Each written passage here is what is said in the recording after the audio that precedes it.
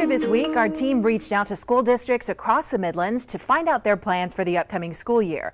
After Governor McMaster's press conference Wednesday, many districts went back to the drawing board.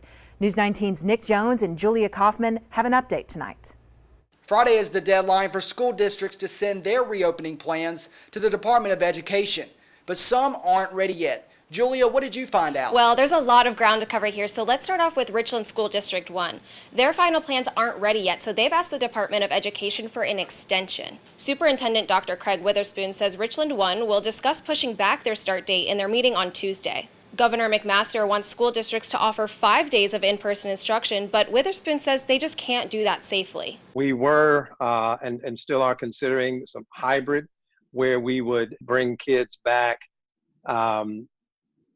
2 days a week for a certain group of students and then 2 days a week for another group, so that we could still do the social distancing. We could still do some of those safety protocols. Now, certainly any 5-day all students, we would not be able to consider any of those social distancing pieces. Richland School District 2 told us earlier this week that they're looking at a tentative start date of August 19th.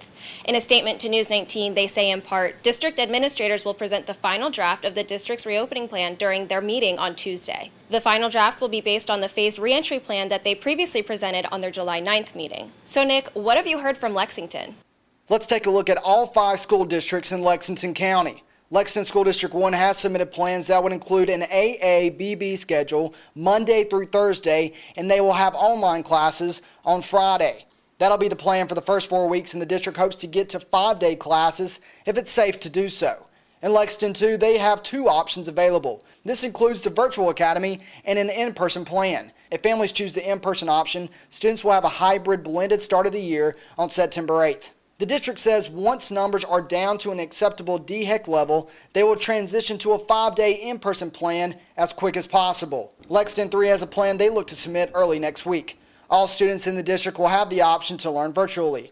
Elementary and primary schools will also have the choice of having 5-day instruction, and middle and high school would have the option to go virtual or have a hybrid schedule. Lexington 4 has plans for both virtual and hybrid schedules. After the governor's comments on Wednesday, the district says they are reviewing the plan to make sure they meet legal mandates and also follow health and safety guidelines. Lexington and Richland 5 will have 2 options available: traditional 5-day in-person classes or virtual. The district says the in-person option would include safety measures including mask requirements and social distancing protocols. A hybrid model may be something they discuss in the future. Kershaw County's plan actually lines up with Governor McMaster's recommendations. Option 1 is kind of the traditional brick and mortar in person, and then the other 2 options, option 2 and 3, are both virtual learning. Option 2 would be in real time, and then option 3 is more of at your own pace. For example, option 3 kind of appeals to a family maybe whose parents work during the day, but they want to be available when their students are doing the lessons. Their school year will start on September 8th. Sumter County has also filed for an extension.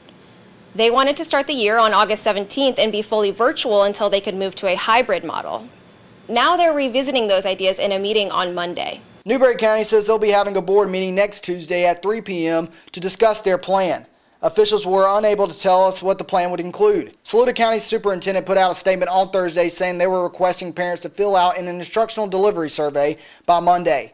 In the letter, it says, once we know our parents' choice of instructional delivery, face-to-face or virtual, the district will then be able to make a better decision as to which face-to-face model, traditional or hybrid, the district can safely implement.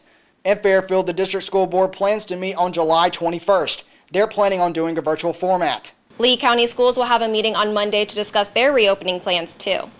And Clarendon School District 2 tells me that they've already submitted their plans for review. We're still waiting to hear back from Clarendon 1 and Clarendon 3 school districts, but Clarendon 3 did previously tell us that they're finalizing their plans. Orangeburg County doesn't have a plan in place at the moment, but are looking at several options that include both in-person or virtual. They will have a board meeting next Tuesday and hope to release plans between July 28th and the 30th. News 19 reached out to Calhoun County School District to find out their plans, but we haven't heard back at this time. While Friday was the deadline to submit plans to the State Department of Education, districts were allowed to request an extension to give them more time to put a plan together. In the Midlands, the districts who requested an extension include Clarendon 2, Fairfield, Lexington 2 and 3, Orangeburg, Richland 1, and Sumter County. For more information on your school district's reopening plans for this fall, head to WLTX.com.